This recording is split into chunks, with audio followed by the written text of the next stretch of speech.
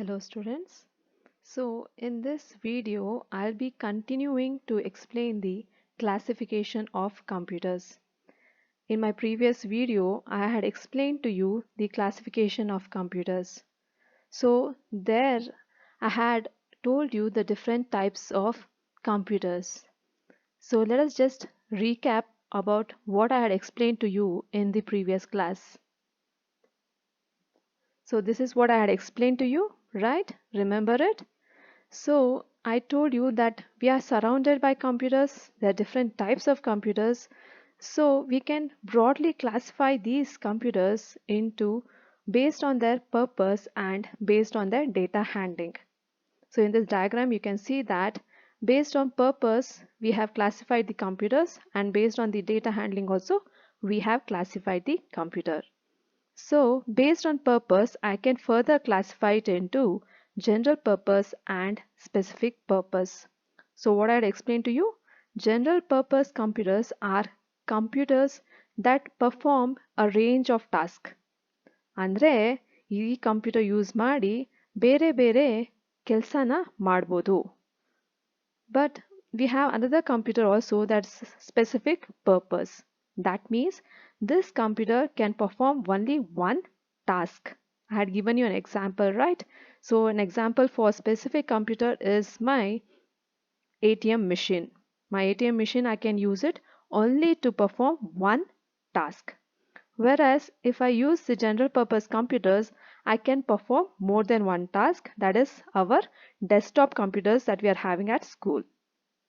Then based on data handling, I told you we can classify it into analog computers, digital computers and hybrid computers. That is what type of data this computer is handling.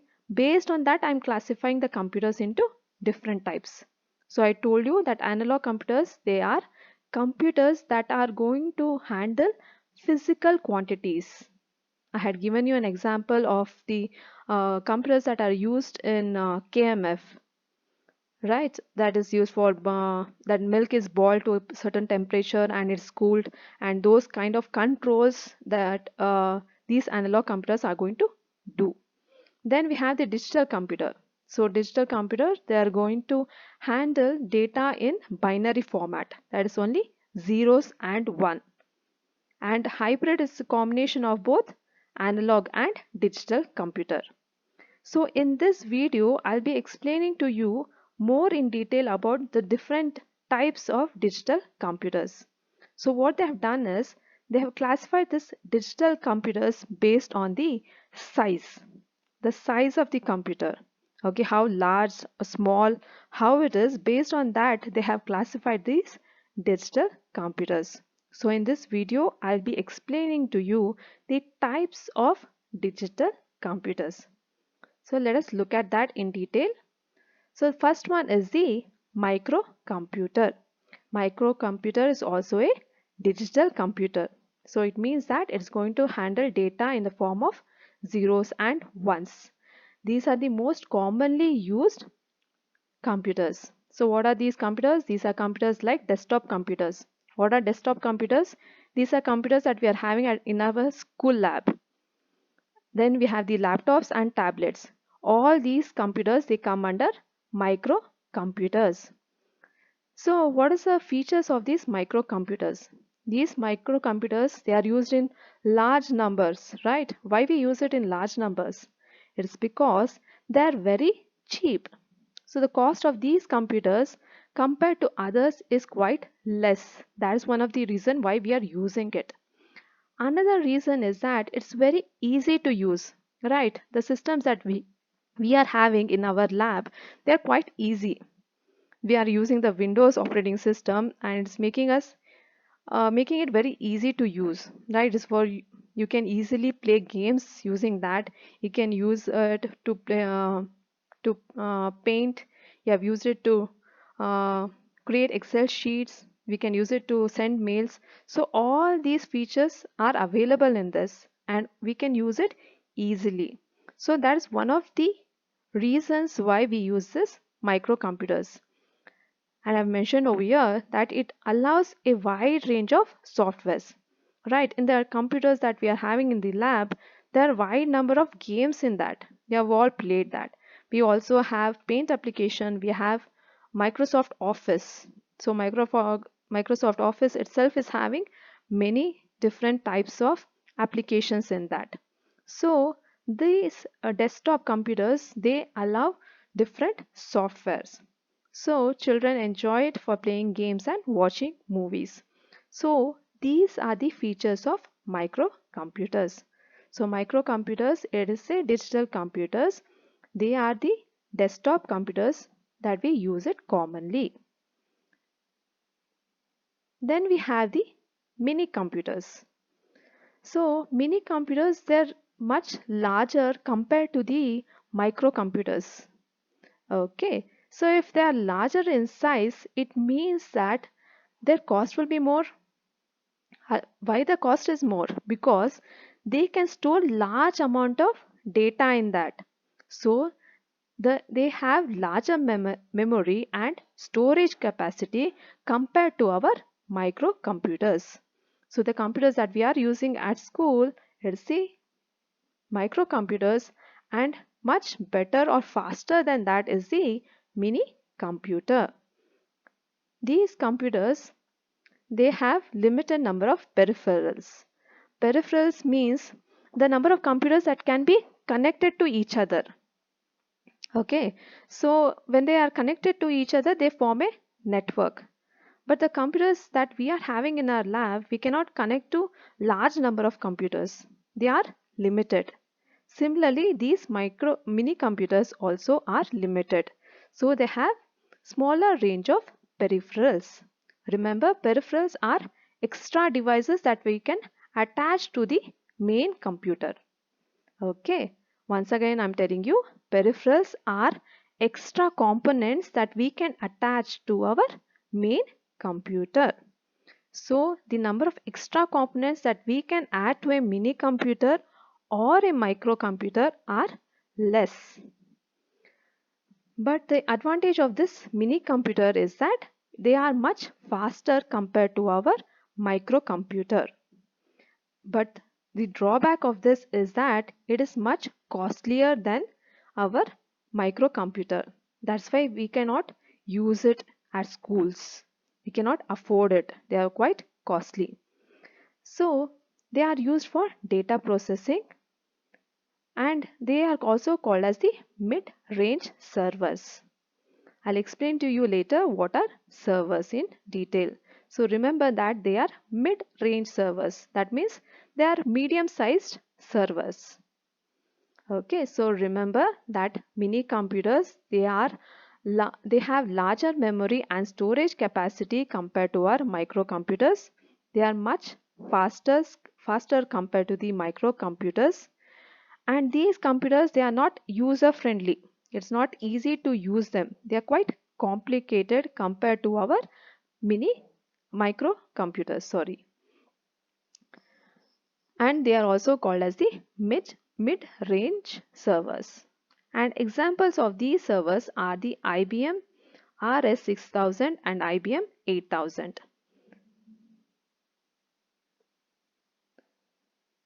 Then let us look into mainframe computers.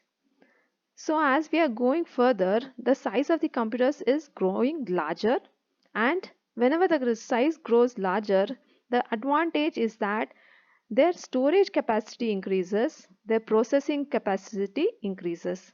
But when something increases, we have to pay a price, right? So they are much expensive. So here also, a mainframe computer, it's a computer where we can store large amount of data. It's much larger compared to the mini computer, and they are much faster compared to the mini computers. So faster means their processing is very fast. So as soon as I enter something, it calculates at very high speed and gives me the answers. Okay, but it's not user friendly and it's very expensive. So to give you an example, see, we are all using WhatsApp, right? So when we type any message, it actually reaches the other person at a very fast rate. How it happens? What happens is that When I send a message, it actually goes to a computer, a very big main computer. Those are called as the servers. Okay, so that server is going to receive that data, then it's going to see to whom I have to send it, and at once at a very fast speed, it's going to send to the your friend. So these servers which I'm using, they are called as the mainframe servers. Another example is the Google servers. Everyone says that if I don't know any answer to any question, I can Google search it. Google knows all the answers, right? So why it knows all the answers? It's mainly because all the data information is stored in that big computer. So Google, that company, they have very big computers. Okay, those computers are called as servers. So in those computers, they're going to store huge amount of data. Only storing is not sufficient, right? They should also give us the information at a faster rate. So these computers actually, they're going to process the information at a very fast rate, and they're going to give us back the answers. So all these computers, they are called as servers. Okay, servers are nothing but computers itself, but they have processing and storage capacity much higher compared to the computers that we are using. That is our desktop computers. Then finally we have this supercomputer. So supercomputer, that name itself is telling you that it's one of the best or superman of all the computers, right? So what will be the feature of this? Of course, it's going to be very fast, right? Compared to all the other computers, it's going to be very fast. Okay, so here the processing speed is mentioned as BIPS. What is BIPS? BIPS stands for billions of instructions per second. That is, in just 1 second, billions means 10 crores of instructions it's going to process within a second. ಅಂದರೆ ನಾವು 10 crores ಏನೋ ಒಂದು information ಕೊಡ್ತೀರಿ ಕಂಪ್ಯೂಟರ್ಗೆ, ಅದು within just a second ಅಷ್ಟು ಇನ್ಫಾರ್ಮೇಷನ್ನ ಅದು ತಿಳ್ಕೊಳತ್ತೆ, ಆಮೇಲೆ ನಮಗೆ ಪಟ್ ಅಂತ ಆನ್ಸರ್ ಕೊಡುತ್ತೆ ಅಂತ ನೆನ್ಪಿಟ್ಕೊಳ್ಳಿ. So what it means, BIPS stands for billions of instructions per second. So this computer, supercomputer, it can process billions of instructions per second. So definitely it's a very fast computer, right? So where we use these computers? Of course, we can't use it at our school. We can't use it in just some companies.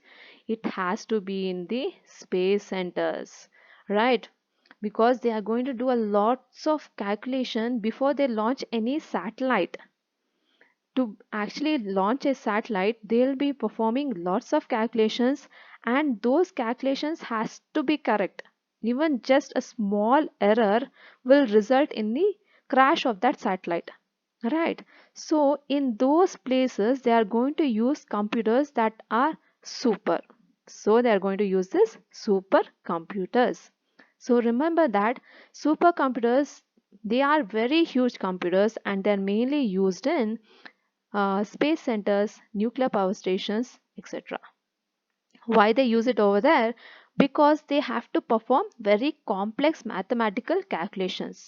And these complex mathematical calculations have to be performed at a very fast rate. There's no time to waste. It has to be done at a very fast rate, and it should give us very correct, accurate answers. So in these places, they are going to use this supercomputers. So who uses it? The scientists, the mathematicians use this supercomputer. And of course, they'll be having huge memory compared to the mainframe computers. So for your general knowledge, which is this first supercomputer that was invented is Cray first. So remember that. I'll give you in your assignments. So which was the first supercomputer that was invented in the world means Cray first. Then which was the first supercomputer that was invented in India is Param 8000. Okay, so India it was Param 8000 and the world it was Cray first. Okay students, I think you have understood it till now. Let's just have a recall of what I explained to you till now. So let me just go back to the diagram. It'll be easy for you to understand. So I told you we can classify computers basically based on purpose and data handling. Purpose, we have general purpose, specific purpose. Data handling means we have data like analog, digital and hybrid. So in this video we have learned about digital mainly. So microcomputer first is the smallest of all the computers. Okay, so these are the computers that we are using in the school. So they are the desktop computers. Then a bit larger than microcomputer is my mini computers. Okay, so these mini computers they are called as the mid-range servers. They are much costlier compared to the microcomputers but faster compared to the microcomputers. Then we have the mainframe computer. Mainframe computers, they are the actual servers. I gave you an example of the Google server. So they are going to process huge amount of data. Then we have the supercomputers. These supercomputers are computers that we use in for scientific purpose. So the master or the big of all the computers is my supercomputer. Okay students, just go through this video once again. I'll be giving you assignments based on that. Thank you student. Take care.